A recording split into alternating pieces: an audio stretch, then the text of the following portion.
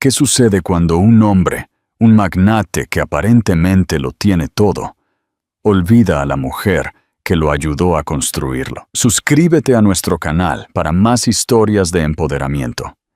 Dale me gusta a este video si crees en la justicia y déjanos tus comentarios al final. ¿Qué sucede cuando el amor se agria y una sociedad se convierte en una prisión? Esta es la historia de Elena Vargas, una mujer que sacrificó su propio futuro brillante por su familia, solo para ser despreciada por su esposo, el magnate tecnológico Ricardo Castro, como una madre poco atractiva. Lo dijo con una sonrisa burlona en una sala llena de gente, pensando que su poder y riqueza lo hacían invencible. Él creyó que ella se desmoronaría. Nunca imaginó que ella entraría en un tribunal, lo miraría a los ojos y desmantelaría metódicamente todo su mundo, obligando al titán de la industria a arrodillarse. Esto no es un cuento de hadas, es una historia de justicia. La lámpara de araña en la gala del Museo del Prado no era solo un adorno, era una estrella capturada, goteando cristales como lágrimas congeladas sobre la brillante asamblea de la élite madrileña. Desde su asiento en la mesa de tecnologías Ícaro, Elena Vargas se sentía tan lejos de esa estrella como una piedra olvidada en una playa de la Costa del Sol. Observaba a su esposo, Ricardo Castro, presidir la mesa. Él era magnético, un cuerpo celeste por derecho propio, atrayendo a todos a su órbita con su traje a medida de un sastre de la calle Serrano, su sonrisa perfectamente calibrada y el timbre bajo y seguro de su voz. Estaba contando una historia sobre el cierre de un acuerdo multimillonario en Buenos Aires, y la gente a su alrededor, inversores de riesgo, socialités, un senador, pendían de cada una de sus palabras. Elena se ajustó el chal de seda sobre los hombros. El vestido, un zafiro profundo elegido por la estilista personal de Ricardo, se sentía como un disfraz. Era hermoso, caro y completamente ajeno a ella. Hace 20 años, la mujer que solía ser habría estado en el centro de esa conversación, no solo sobre las implicaciones financieras del acuerdo, sino sobre la codificación revolucionaria detrás de la inteligencia artificial que estaban vendiendo.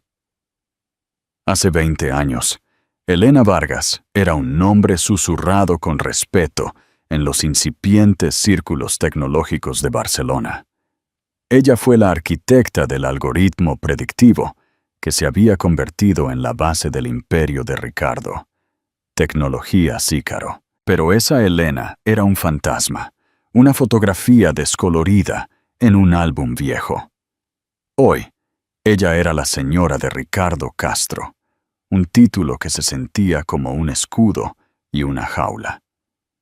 Su vida era una secuencia meticulosamente programada de llevar a sus hijos, Sofía y Marco, a la escuela, reuniones de la Junta de Caridad, donde era valorada por el talonario de cheques de su esposo, y la gestión de su extensa casa de 5 pisos en el barrio de Salamanca. Había cambiado las sesiones de codificación nocturnas por las preocupaciones nocturnas sobre las calificaciones de cálculo de Sofía y el asma persistente de Marco. Había cambiado la emoción de un avance por el zumbido tranquilo de un hogar bien administrado. Lo había hecho voluntariamente, por amor, por la familia que ella y Ricardo habían jurado construir juntos. Y por supuesto, Ricardo estaba diciendo, su voz elevándose con encanto teatral: el verdadero desafío no es conquistar el mercado, es gestionar el frente doméstico. Él rió, un sonido suave y practicado. Algunas personas rieron cortésmente. Volvió la mirada, y por un momento, Elena sintió un atisbo de esperanza. Él iba a reconocerla, a incluirla. Sus ojos la recorrieron, y la calidez en ellos se desvaneció, reemplazada por una evaluación fría y despectiva. Gesticuló vagamente en su dirección con su copa de champán. Mi esposa Elena, por ejemplo. Ella es la CEO de nuestro mundo doméstico, una empresa muy, muy diferente. Su sonrisa se tensó. Una conocida bloguera de moda, una mujer llamada Carla Ortiz, que estaba prácticamente pegada a su teléfono, miró de Ricardo a Elena, con una expresión depredadora. «Debe estar tan orgullosa, Ricardo», el senador tronó. «Una mujer fuerte detrás de un hombre fuerte». Ricardo tomó un sorbo de su champán, dejando que el comentario flotara en el aire. «Ella tiene las manos ocupadas, eso es seguro. Es un trabajo a tiempo completo pasar de ser una mujer vibrante a, bueno, una madre poco atractiva». Las palabras, aunque pronunciadas con un barniz de broma, cayeron en el centro de la mesa con la fuerza de una granada. Las risas corteses murieron. El senador se aclaró la garganta. El inversor de riesgo de repente encontró el patrón de su plato fascinante. El silencio, denso y sofocante, descendió. Era una broma, por supuesto. La broma casual y cruel de un hombre rico. Pero para Elena se sintió como una ejecución pública. Madre poco atractiva. Las dos palabras resonaron en la caverna de su mente, destrozando las paredes de cristal cuidadosamente construidas de su vida. No fue solo el insulto, fue la naturaleza pública del mismo. Fue el movimiento casual de su muñeca al descartar toda su existencia, sus sacrificios, su identidad en una sola y fea caricatura. Él no vio a la mujer que había corregido sus planes de negocios hasta las 3 de la madrugada, que le había tomado la mano a través de rondas de financiación fallidas, que había codificado el corazón mismo de su éxito en una computadora torpe en su pequeño apartamento de Valencia. Él vio un objeto descolorido y funcional, una madre poco atractiva. Sintió un rubor caliente subir por su cuello, una ola familiar de vergüenza e ira que había aprendido a tragar durante 2 décadas. Miró a Carla Ortiz, que ahora tecleaba furiosamente en su teléfono, una pequeña sonrisa de suficiencia en sus labios. La granada había estallado, y la metralla ya volaba por el mundo digital. Elena se puso de pie. El movimiento fue tan abrupto que su silla raspó ruidosamente contra el suelo de mármol, atrayendo todas las miradas. La sonrisa de Ricardo vaciló. Él la miró molesto, como si un sirviente acabara de dejar caer una bandeja de vasos. «Disculpen», dijo Elena, su voz sorprendentemente firme, aunque su corazón golpeaba contra sus costillas como un pájaro atrapado. No miró a ninguno de ellos. Miró más allá de la estrella capturada de la lámpara de araña, hacia la enorme puerta arqueada. Se alejó de la mesa. Podía sentir la mirada de Ricardo, una fuerza física perforando su espalda. Podía sentir las miradas de lástima y curiosidad de los otros invitados. Siguió caminando, pasando los grupos de alta costura y celebridades, a través del gran salón y hacia la noche fresca y húmeda. El portero se sobresaltó y se apresuró a llamarle un taxi. «El coche de los Castro está esperando, señora», dijo confundido. Ricardo nunca la dejaba tomar un taxi. No era parte de su imagen. «No soy la señora de Castro esta noche», dijo, sintiendo las palabras extrañas y poderosas en su lengua. Un taxi amarillo se detuvo en la acera. Ella se subió, el vinilo gastado del asiento. Una comodidad sorprendentemente bienvenida después de la seda rígida de la gala. Mientras el taxi se alejaba de la acera, su teléfono comenzó a vibrar incesantemente. «Ricardo», luego su asistente, luego su mejor amiga, que probablemente estaba viendo los blogs de chismes encenderse. Un titular de la columna de Carla Ortiz apareció en su pantalla. El momento mamá de Ricardo Castro. Problemas en el paraíso tecnológico. Apagó el teléfono. Las luces de la ciudad se difuminaron a través de la ventana empañada por la lluvia. Un caleidoscopio de una vida que ya no se sentía suya. La vergüenza todavía estaba allí, un sabor amargo en su boca. Pero debajo, algo más se estaba agitando. Una chispa única, dura y fría de rabia. No fue solo el insulto, fue la culminación de 1000 pequeños cortes. La forma en que revisaba su teléfono cuando ella le contaba su día. La forma en que llamaba pintorescas sus ideas para la caridad. La forma en que la presentaba como la que me mantiene con los pies en la tierra, como si ella fuera un peso muerto, no una socia. La forma en que la había borrado lenta y metódicamente de la historia de su éxito, reinventándose a sí mismo como el genio solitario. El taxista la miró por el espejo retrovisor. ¿Todo bien, señora? Elena se miró a sí misma en el espejo. Vio el rostro de una mujer de 45 años, cansada y con el corazón roto. Vio finas líneas alrededor de sus ojos, por la preocupación y por la risa, que hacía tiempo se habían desvanecido. Vio el fantasma de la chica brillante que una vez fue.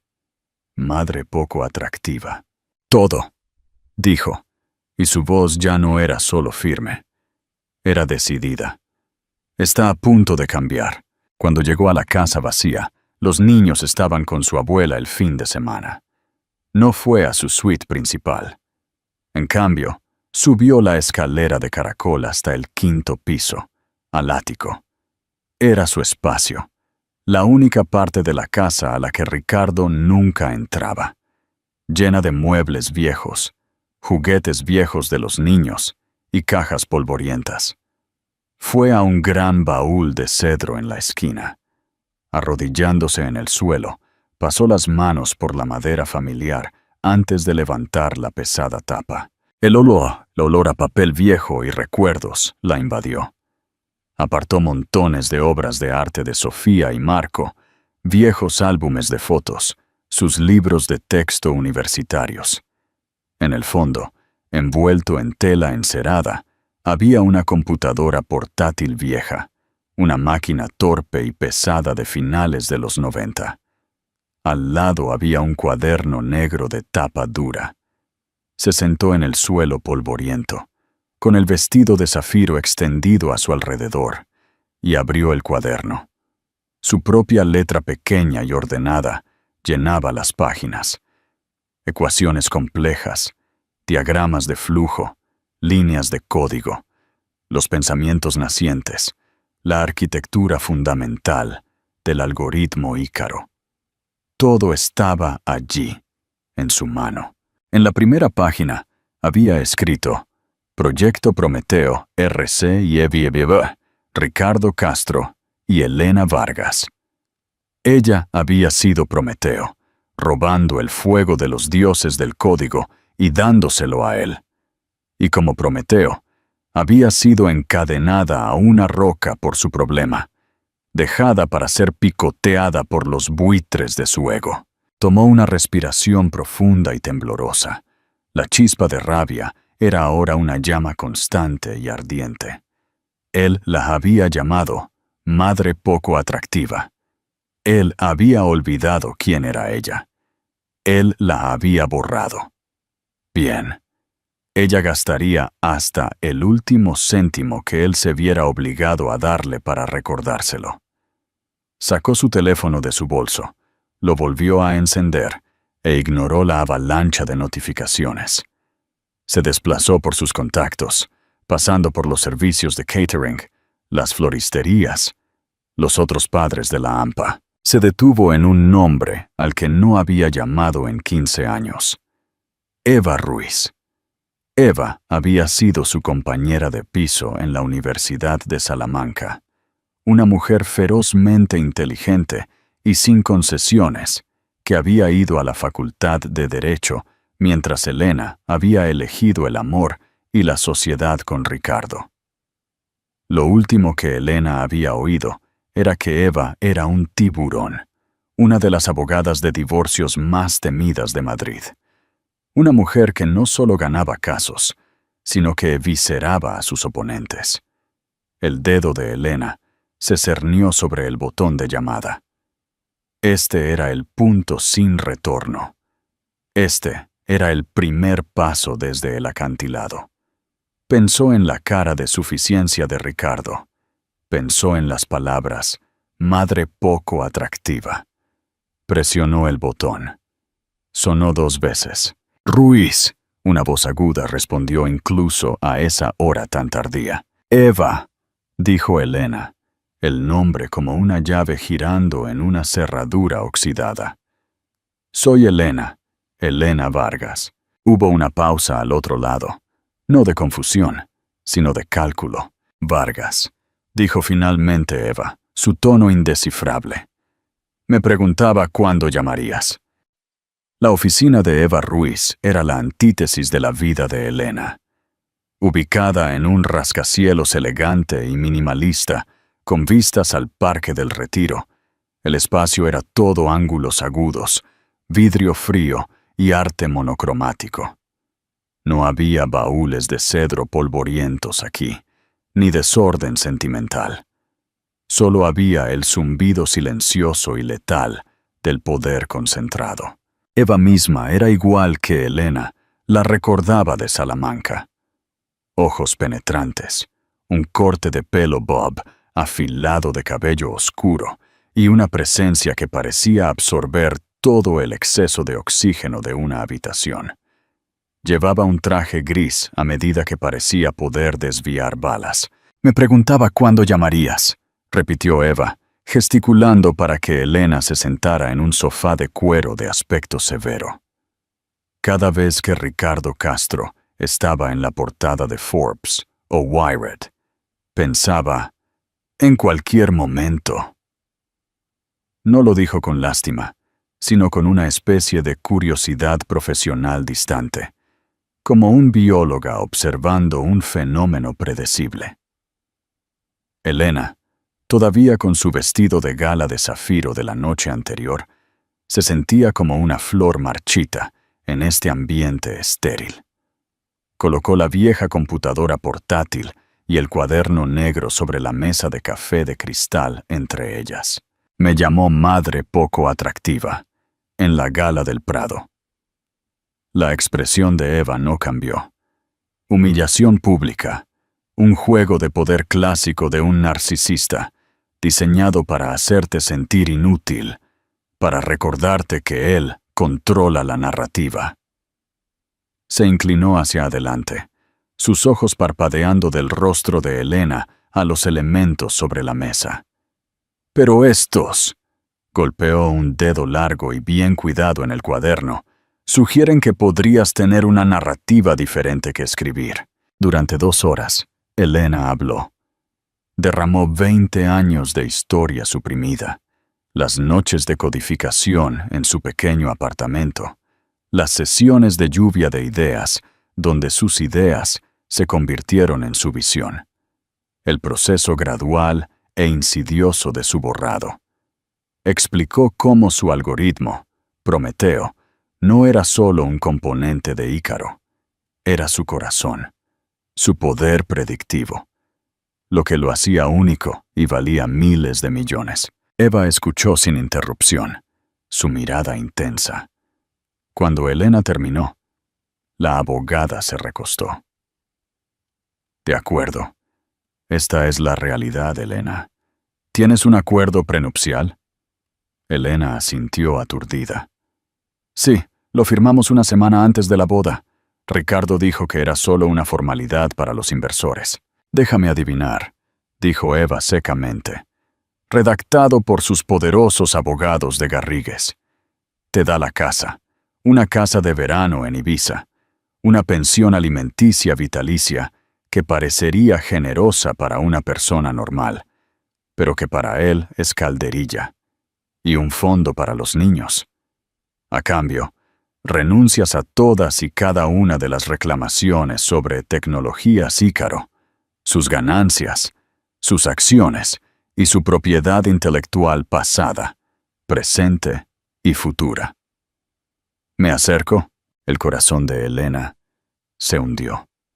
Eso es, casi textualmente. Es una fortaleza inexpugnable, afirmó Eva, su voz plana. Desde una perspectiva de divorcio estándar, estás perdida. Serás una divorciada muy rica, pero estarás fuera del imperio que ayudaste a construir.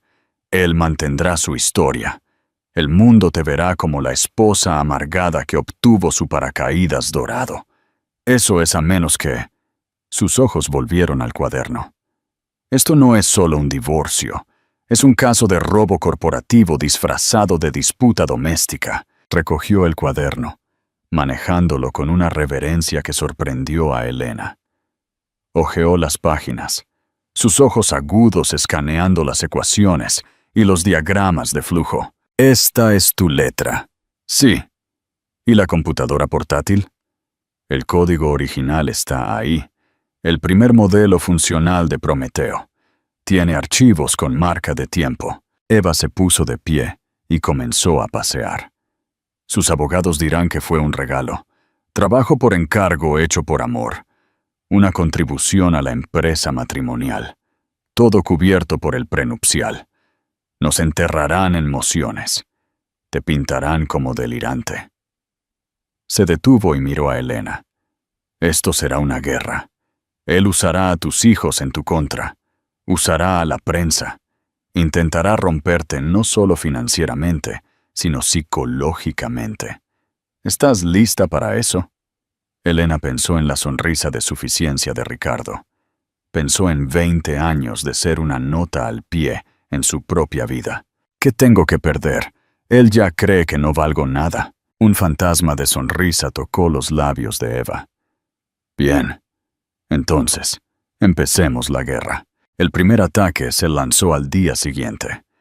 Una asociada junior del bufete de Eva, con un aspecto increíblemente joven y nerviosa, entregó a Ricardo Castro los papeles de divorcio mientras salía de su Maybach, con chofer frente a la torre de Ícaro. El momento fue, por supuesto, capturado por un fotógrafo de paparazzi convenientemente presente. La reacción de Ricardo fue predecible. Primero incredulidad, luego diversión, luego rabia. Llamó al teléfono de Elena una docena de veces. Cuando ella no respondió, cambió de táctica. Un camión de reparto de Cartier llegó con un collar de diamantes ridículamente grande y una nota. Siento mi estúpida broma. Vuelve a casa, R. Cuando ella no respondió, comenzaron las amenazas. Le envió un mensaje de texto. No hagas esto, Elena. Te estás haciendo el ridículo. No me obligues a actuar. Luego vino su abogado, Marcos Bravo. Bravo era lo opuesto a Eva. Era un hombre grande y ruidoso con un comportamiento afable y desarmante que ocultaba una mente legal despiadada. Solicitó una reunión en la oficina de Eva, sin clientes presentes. Eva, dijo, sentándose en el sofá que Elena había ocupado. Seamos sensatos. Tu clienta ha tenido un momento. Está emocional. Ricardo está dispuesto a ser generoso. Incluso duplicará la pensión alimenticia estipulada en el prenupcial, un gesto de buena voluntad. Podemos resolver esto en silencio en una semana, sin problemas, sin alboroto. Eva sonrió.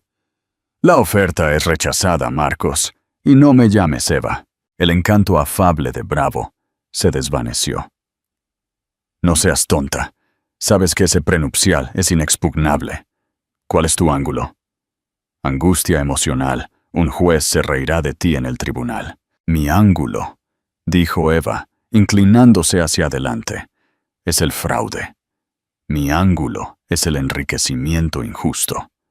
Mi ángulo es que tu cliente construyó una empresa de $1,000 millones con propiedad intelectual robada y tenemos los recibos. Bravo se rió. ¿Qué? ¿Unas notas que garabateó? ¿Un proyecto de instituto en una computadora vieja? ¿Esa es tu bala de plata? Haremos que eso se descarte antes de que puedas decir descubrimiento. Hazlo, dijo Eva, levantándose para indicar que la reunión había terminado.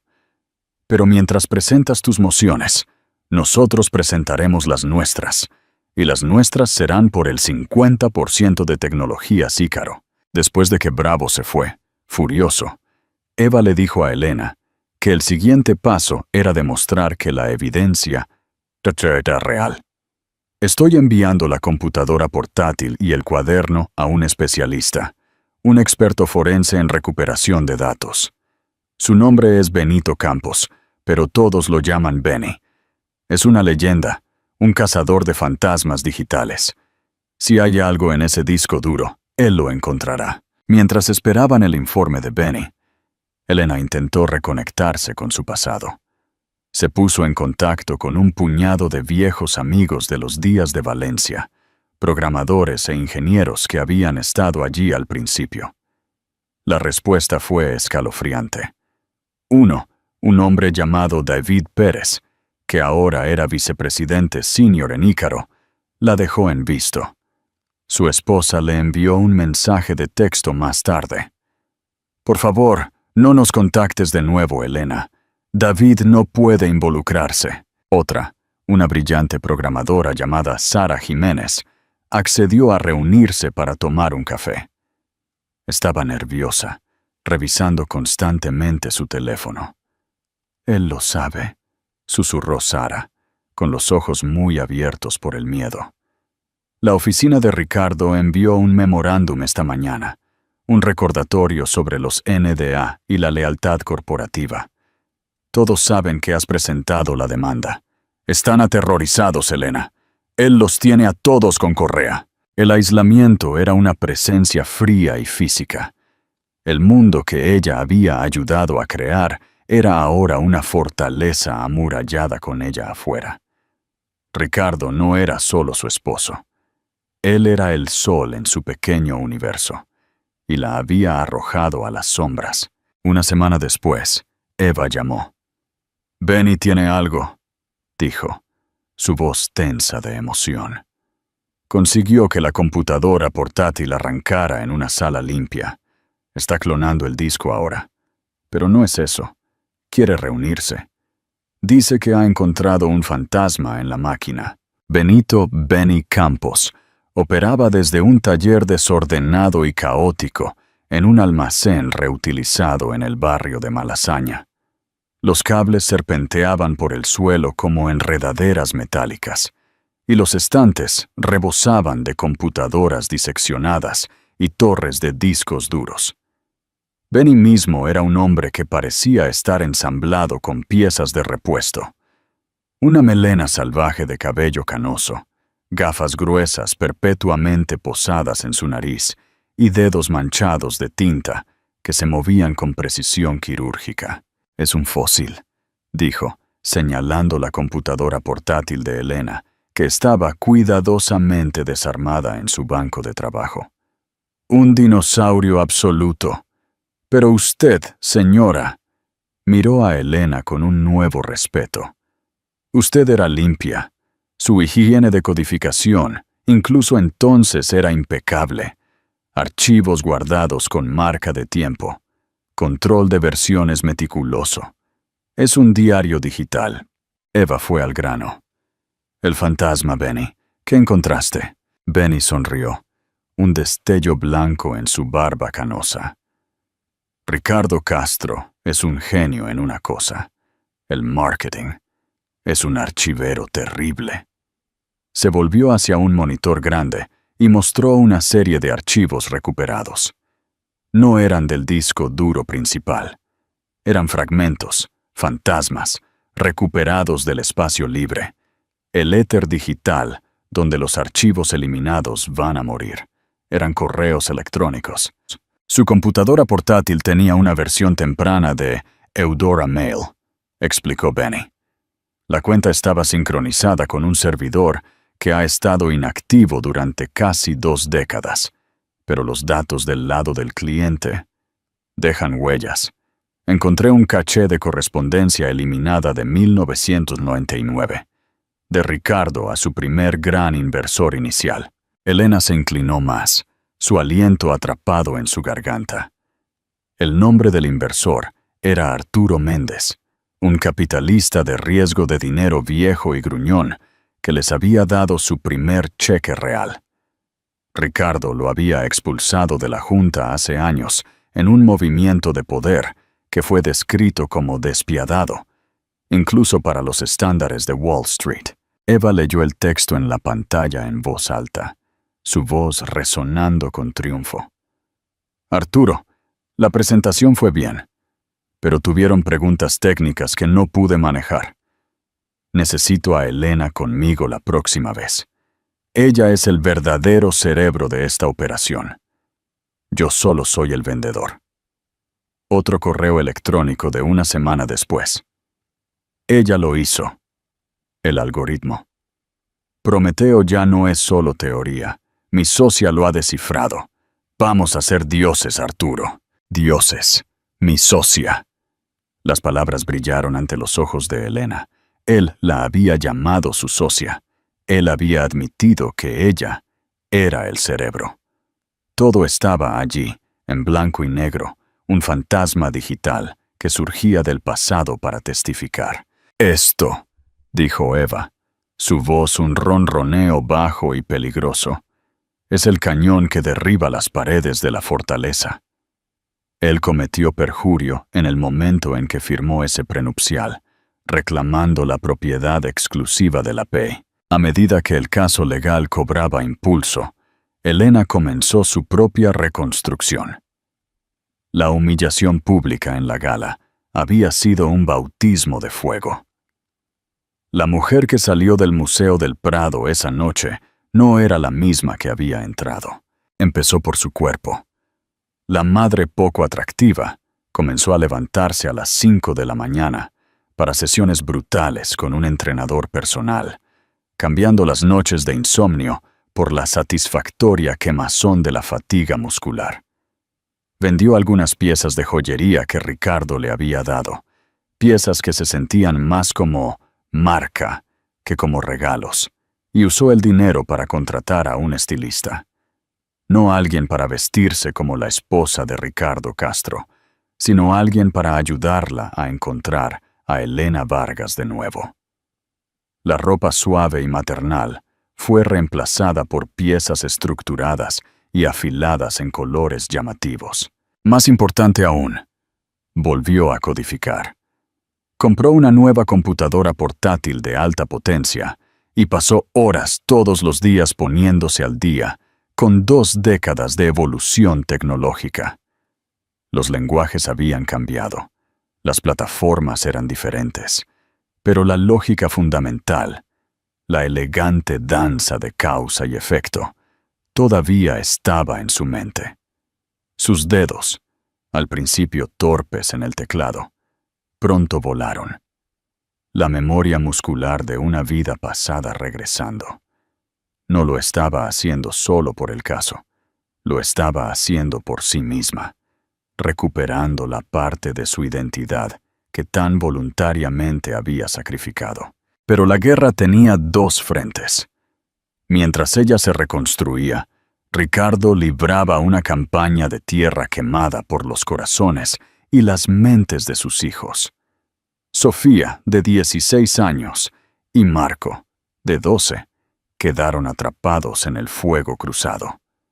Ricardo, que antes había estado demasiado ocupado para obras escolares o partidos de fútbol, ahora era el superpapá.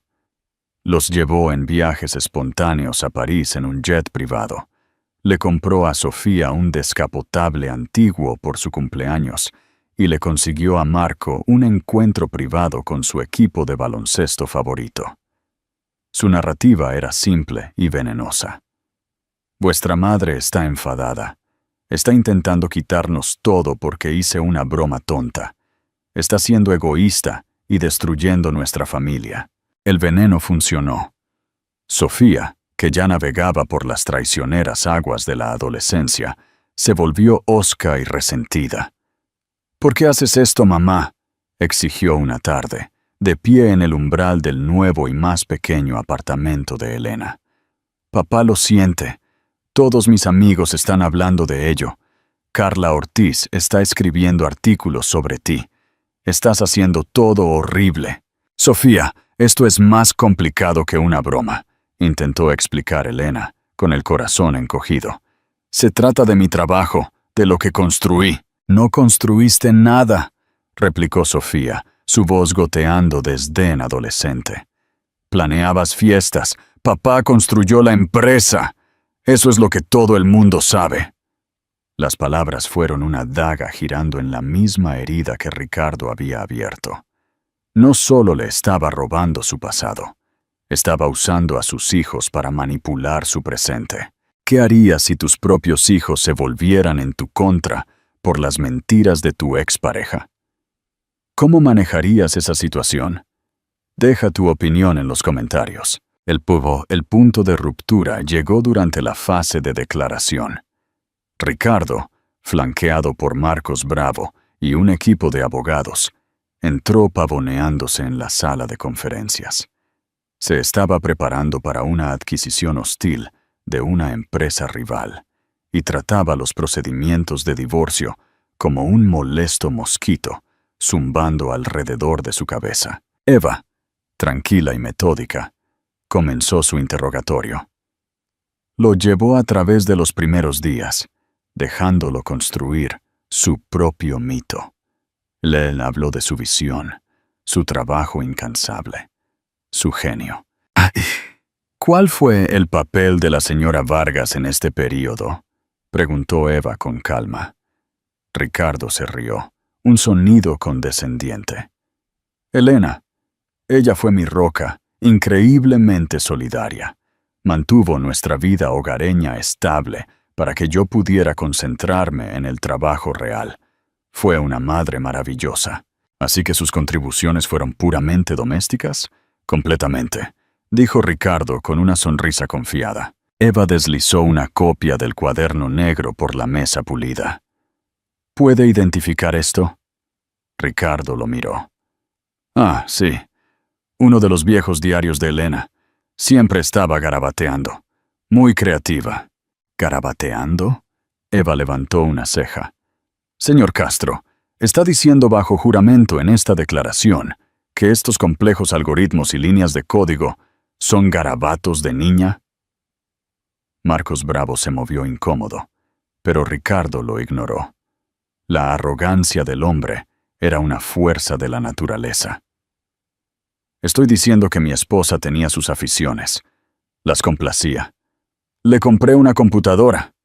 Ella trasteaba. Era dulce. No tenía ninguna relación con el trabajo profesional de alto nivel que yo estaba haciendo en Ícaro. Él lo había hecho. Había caído directamente en la trampa. Bajo juramento, había descartado el trabajo de su vida como un pasatiempo trivial. Había cometido perjurio. Eva fijó los ojos en Elena al otro lado de la sala. El fantasma en la máquina estaba a punto de hablar, y Ricardo no tenía idea de que ya era un hombre muerto andante. La sala de conferencias se sentía como una esclusa presurizada. Afuera, los sonidos de Madrid eran un zumbido distante y amortiguado. Dentro, el silencio era una entidad en sí misma, solo roto por el susurro del papel y el suave clic del teclado de una taquígrafa. Elena se sentó junto a Eva Ruiz, con la espalda recta como una tabla, las manos tranquilamente entrelazadas en su regazo. Al otro lado de la vasta y pulida extensión de la mesa de caoba, Ricardo Castro se recostaba en su silla. Un estudio de indiferencia performativa. Estaba flanqueado por Marcos Bravo, cuya bonomía profesional parecía forzada hoy. y un equipo de 3 abogados junior que parecían haber sido vestidos por el mismo sastre y con el mismo corte de pelo severo. La mirada de Ricardo recorrió a Elena. Un destello de desprecio mezclado con molestia, como si ella fuera una pieza de arte moderno que se había visto obligado a apreciar. Para Elena, esta sala era la culminación de una vida no vivida. Cada sacrificio silencioso, cada réplica tragada, cada momento en que había permanecido a su sombra, había llevado a este espacio estéril y sin alma. Sintió un temblor del viejo miedo, el impulso condicionado de apaciguarlo, de hacerse más pequeña. Pero luego recordó el ático, el frío peso de la vieja computadora portátil y la claridad furiosa y liberadora que había seguido. Mantuvo su mirada hasta que él desvió la suya primero, una pequeña victoria que le envió una oleada de fuerza por las venas. Eva comenzó, su voz una corriente plácida e imponente. «Señor Castro, ¿podría por favor decir su nombre completo y cargo actual para el registro?»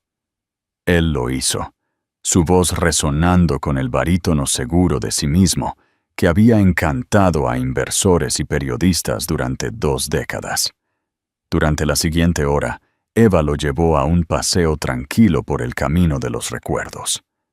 Lo incitó a relatar el mito de la creación de Tecnologías Ícaro, una historia que Ricardo había pulido hasta el brillo a lo largo de los años.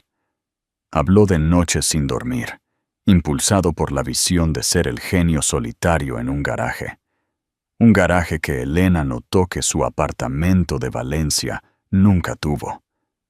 Se pintó a sí mismo como un revolucionario, un titán forjando un imperio por pura fuerza de voluntad. «Parece un periodo increíblemente exigente», comentó Eva, su tono suave. «¿Y cuál fue el papel de la señora Vargas durante estos años formativos? ¿Cómo contribuyó a la empresa?» Ricardo sonrió, una expresión magnánima y condescendiente. «Elena fue mi ancla, mi roca. Fue magnífica en el frente doméstico. Entendió que mi trabajo requería una concentración absoluta. Y creó un santuario, un ambiente estable que me permitió innovar. Su apoyo fue inmensurable». Usó la palabra apoyo como si describiera una pieza de andamiaje fundamental, esencial, pero, en última instancia, oculta y poco notable, una vez que la gran estructura estaba completa. Así que para que quede claro, sus contribuciones fueron enteramente de naturaleza doméstica y emocional. Eva presionó su bolígrafo sobre su bloc legal. «Completamente», Ricardo confirmó con un asentimiento definitivo. «Fue una esposa maravillosa y, con el tiempo, una madre maravillosa. Ese era su dominio. Así que no tuvo ninguna participación en los aspectos técnicos, la codificación, el diseño arquitectónico del software central». Una pequeña risa despectiva escapó de los labios de Ricardo. «Elena, Dios mío, no. Ella no era ingeniera. No habría sabido por dónde empezar». Eva deslizó el cuaderno negro de tapa dura por la mesa. Se detuvo directamente frente a él. «¿Puede identificar este objeto, señor Castro, marcado como Anexo A?» Ricardo lo miró, un destello de reconocimiento en sus ojos. Lo recogió, sopesándolo. «Ah, sí, lo recuerdo.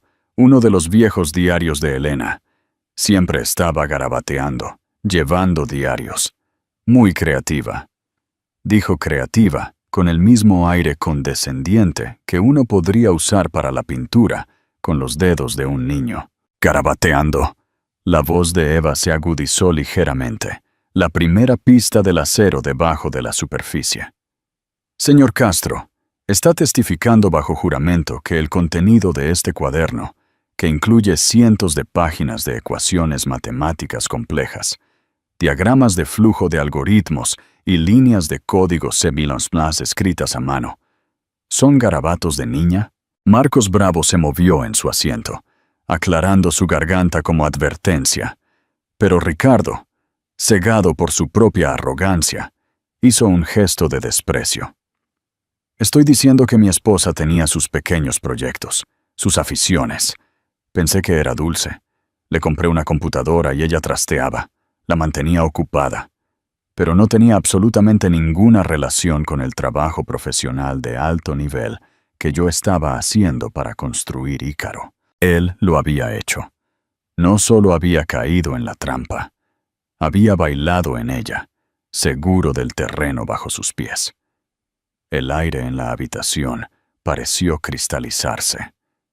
«Gracias por esa aclaración», dijo Eva, su voz ahora desprovista de toda calidez.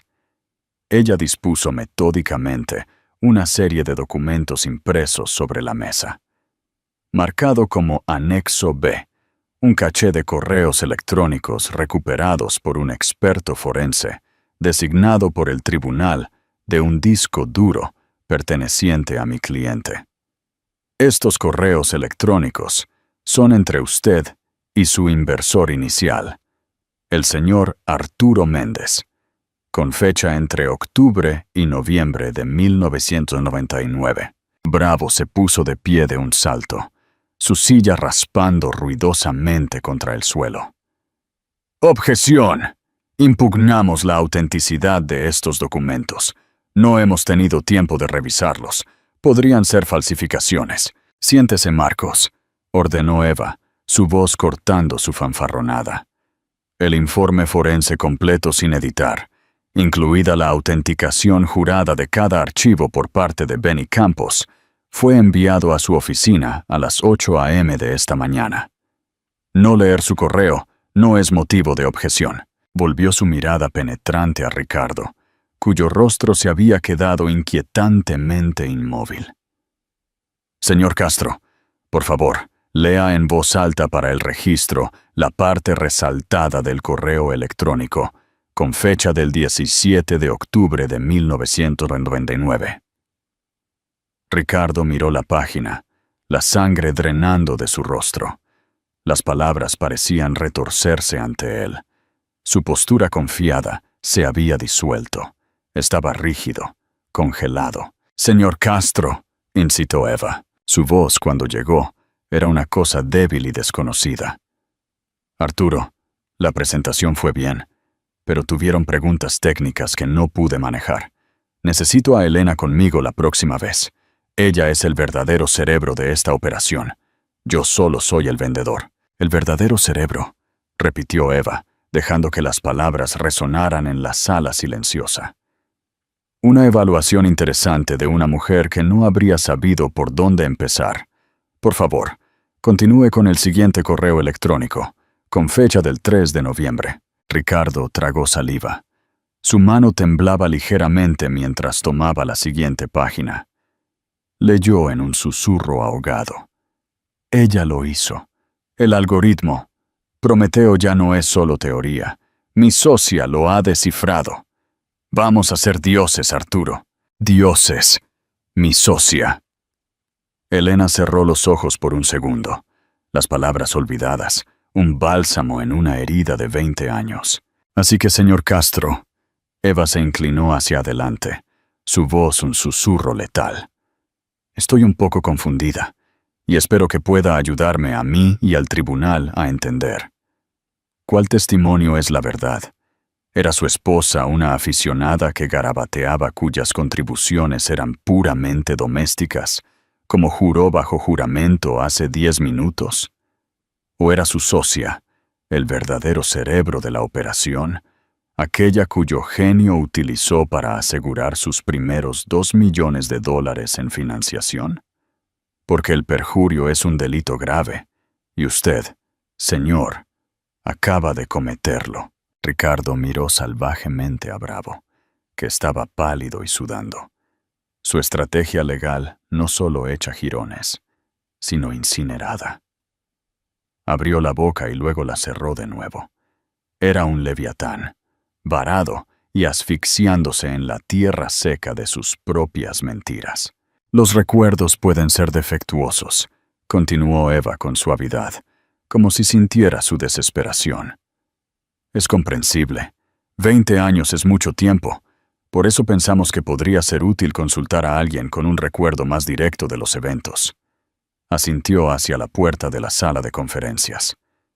Decidimos preguntarle al propio señor Méndez. La puerta se abrió. Arturo Méndez, ahora a finales de sus 80, y apoyándose pesadamente en un bastón de caoba tallado, entró lentamente en la sala. No estaba allí como testigo. Bravo habría tenido motivos para objetar, pero su presencia fue una obra maestra táctica. Era un espectro vivo y respirante del engaño de Ricardo. Miró a Ricardo, sus ojos llenos no de ira, sino de una profunda y cansada decepción, que de alguna manera era mucho más devastadora. «El señor Méndez nos ha proporcionado una declaración jurada», anunció Eva, colocando el documento en la parte superior de la pila. «Confirma que solo invirtió después de una llamada técnica de 2 horas, no con usted, señor Castro, sino con mi clienta, la señorita Vargas. Afirma, y cito, Ricardo era el showman, pero Elena era la arquitecta. Era en su mente en lo que apostaba». La sala estaba en silencio, salvo por el sonido de la respiración entrecortada de Ricardo. Este era el momento. Elena se puso de pie. Su movimiento atrajo todas las miradas. El vestido carmesí que llevaba era una declaración. Caminó alrededor de la mesa, sus tacones haciendo un clic con un propósito silencioso en el suelo de madera, hasta que se detuvo directamente frente a su esposo. «La función recursiva», dijo. Su voz clara y resonante, ya no el susurro tímido al que él estaba acostumbrado, sino el tono firme de una creadora describiendo su trabajo. La que analiza variables estocásticas del mercado para predecir el comportamiento del consumidor con un 94% de precisión. Me dijiste que era demasiado compleja, que era un callejón sin salida teórico, pero esa función, mi función, es lo que Ícaro le vendió a Panasonic por 300 millones de euros en tu primer gran acuerdo de licencia. Lo llamaste la jugada de Castro en el comunicado de prensa. Dio otro paso más cerca. El protocolo de obtención de datos dinámicos que permite que el sistema aprenda. Me dijiste que consumiría demasiados recursos. Lo reescribí un fin de semana mientras Sofía tenía gripe y lo hice un 80% más eficiente. Ese protocolo es ahora el núcleo de toda la división de servicios en la nube de Ícaro, la que genera más de 1.000 millones de euros en ingresos anuales. Lo miró directamente a los ojos, despojándolo del mito, la marca, la fachada cuidadosamente construida, hasta que solo quedó el hombre, pequeño, asustado y falso. No solo les mentiste a los inversores, Ricardo, no solo le mentiste al mundo, construiste tu vida sobre una mentira tan vasta que finalmente te la creíste tú mismo. No solo robaste mi trabajo, intentaste robar mi historia, intentaste borrarme, pero no puedes borrar la verdad. Mantuvo su mirada por un último momento abrasador. Luego le dio la espalda. Caminó hacia la puerta, su postura irradiando un poder que él nunca había sabido que poseía. No la cerró de golpe.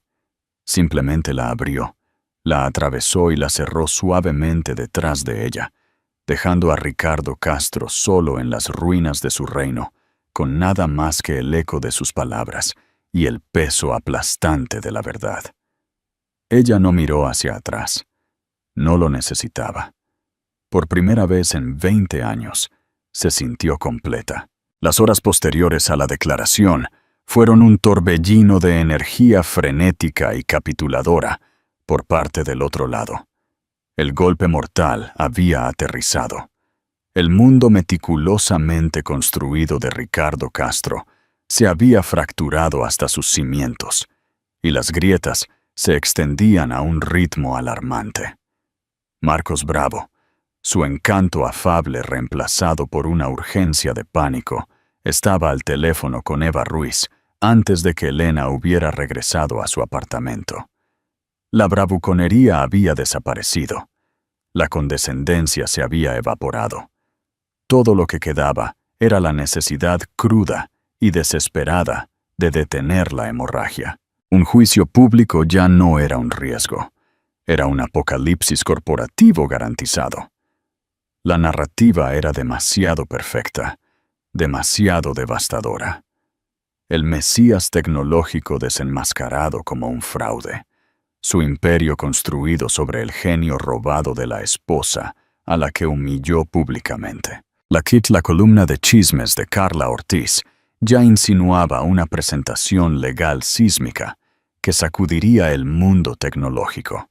La junta directiva de Ícaro, un grupo de individuos notoriamente despiadados, a quienes poco les importaba más allá del precio de las acciones, estaba en una sesión de emergencia.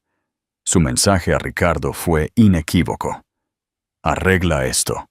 Ahora. La primera oferta de acuerdo fue casi cómica en su insuficiencia.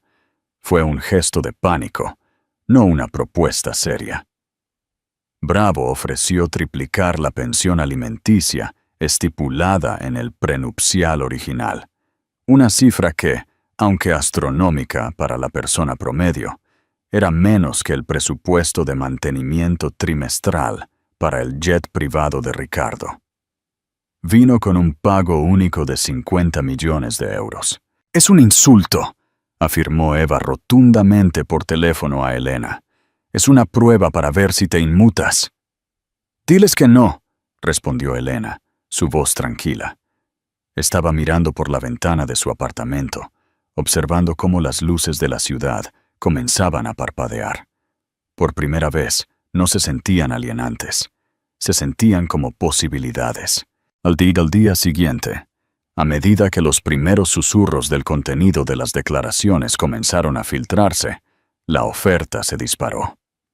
150 millones de euros, una cartera de propiedades y una orden de silencio tan absolutamente punitiva que quedó claro a qué le tenían realmente miedo. A su voz. La orden de silencio era su prioridad. No estaban tratando de comprar su silencio. Estaban tratando de recuperar su falsa historia. «No», dijo Elena de nuevo sin dudarlo. Marcos Bravo, con la voz desgastada por el agotamiento y la presión, llamó a Eva de nuevo. «Por el amor de Dios, Eva, ¿qué quiere? ¿Hay un número?» «Solo danos un número. Ricardo no está racional ahora mismo». «Nunca se trató de un número, Marcos», respondió Eva, saboreando el momento. «Se trata de una rendición de cuentas. Y mi clienta es quien tiene el libro de contabilidad». Esa tarde, en la oficina de Eva, de estilo marcadamente moderno, redactaron los términos finales. No fue una negociación. Fue un decreto. Elena, con una claridad que incluso a ella misma la sorprendió, expuso los pilares de su justicia. Primero, el 35% de las acciones de Tecnologías Ícaro se transferiría a un nuevo fideicomiso irrevocable bajo su control exclusivo. No solo para hacerla rica, sino para convertirla en un poder formidable e inexpugnable dentro de la empresa que había creado. Segundo, una declaración pública en primera plana que se publicaría en The Wall Street Journal, The New York Times y la revista Wired, detallando y reconociendo el papel fundamental de Elena Vargas como co-creadora del algoritmo Ícaro.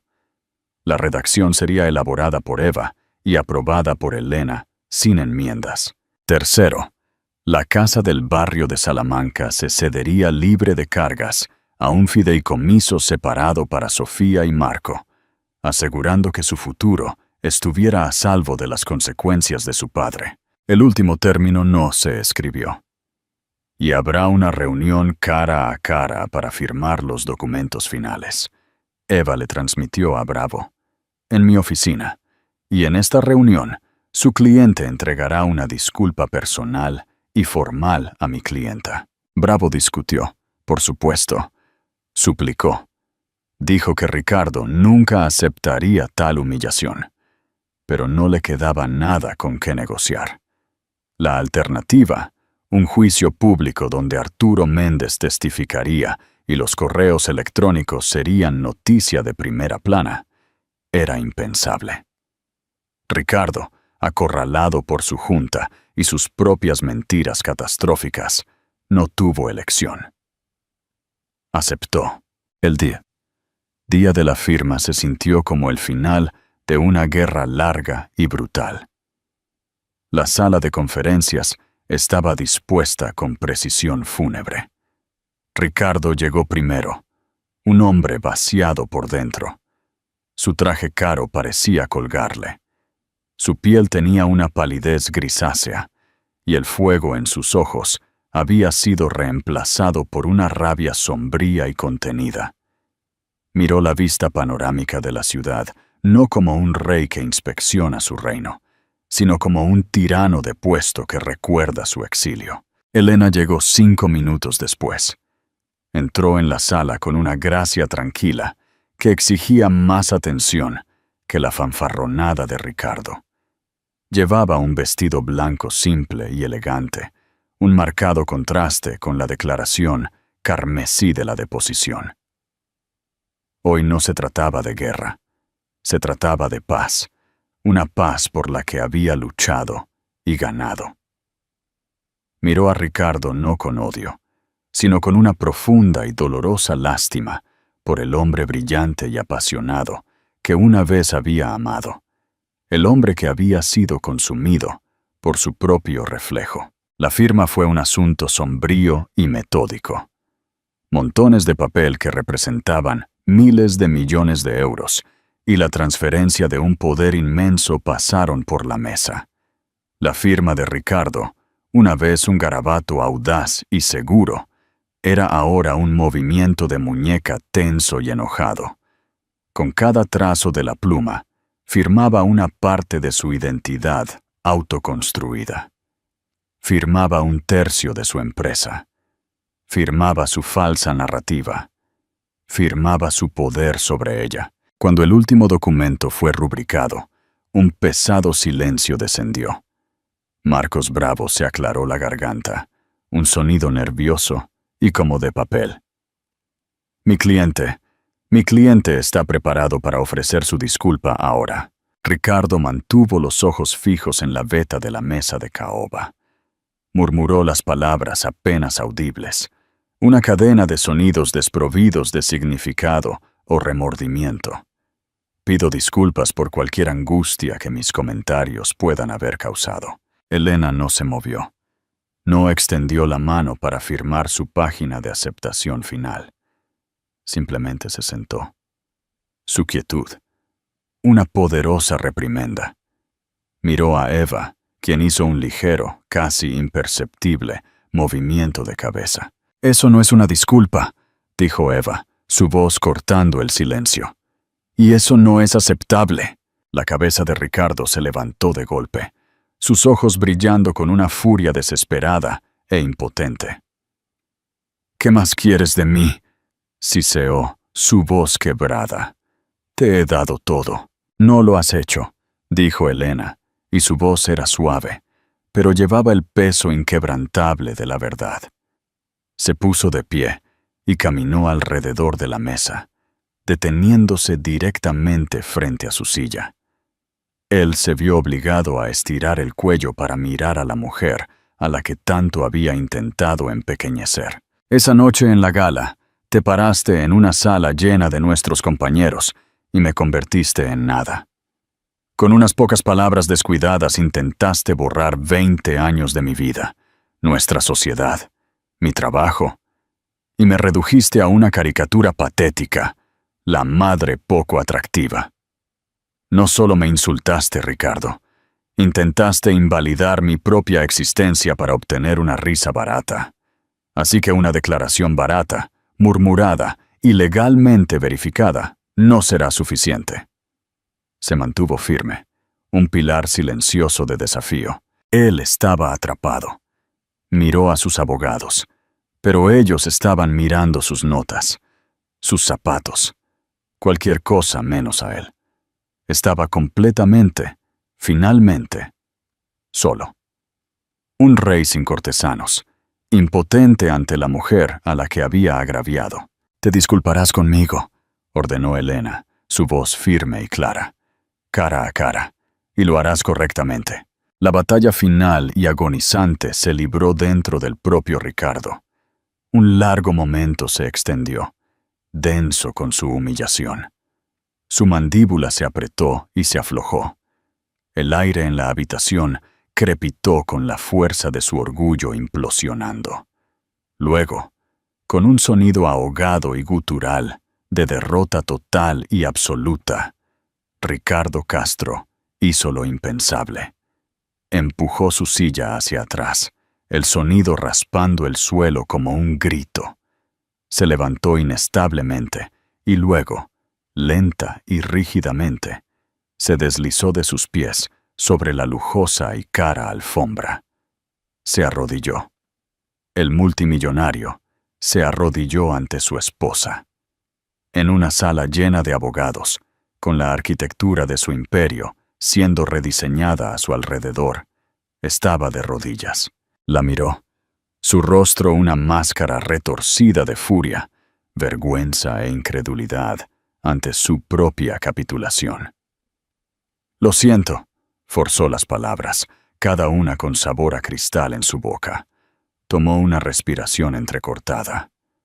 «Lo siento, Helena, por lo que dije, por lo que hice, por todo».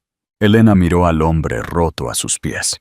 Había esperado sentir triunfo, una oleada de victoria justa. En cambio, una ola de profunda tristeza la invadió. No vio satisfacción en su degradación, solo el trágico desperdicio del hombre que podría haber sido, de la sociedad que podrían haber construido. Ella había ganado, pero el costo había sido inmenso. Mantuvo su mirada por un momento más, un reconocimiento silencioso de su historia compartida y destrozada. Luego, sin decir una palabra más, se dio la vuelta. Regresó a su asiento, tomó una pluma estilográfica pesada y cara, y en la última página firmó su nombre con una mano firme y segura. Helena Vargas. Se puso de pie, asintió levemente y agradecida a Eva, y salió de la sala de conferencias, dejando a Ricardo Castro todavía arrodillado en el suelo. Ella no miró hacia atrás. Estaba caminando hacia un futuro que finalmente era completamente suyo. Helena Vargas no solo ganó un acuerdo de divorcio, recuperó su nombre. Reclamó su legado de un hombre que pensó que el poder le daba derecho a reescribir la historia. Su historia es un poderoso recordatorio de que la verdad, por muy profundamente enterrada que esté, tiene una forma de salir a la luz. Es un testimonio de la fuerza de una mujer que fue empujada al límite y decidió contraatacar, no solo por dinero, sino por justicia. ¿Qué piensas? ¿Fue su última exigencia de que él se arrodillara a un acto de justicia o un acto de venganza? Déjanos tus pensamientos en los comentarios a continuación. Si la historia de Helena te conmovió y quieres escuchar más relatos de dramas increíbles de la vida real y reivindicación, por favor, dale me gusta a este video, compártelo con alguien que necesite verlo y asegúrate de suscribirte a nuestro canal para no perderte lo que viene a continuación.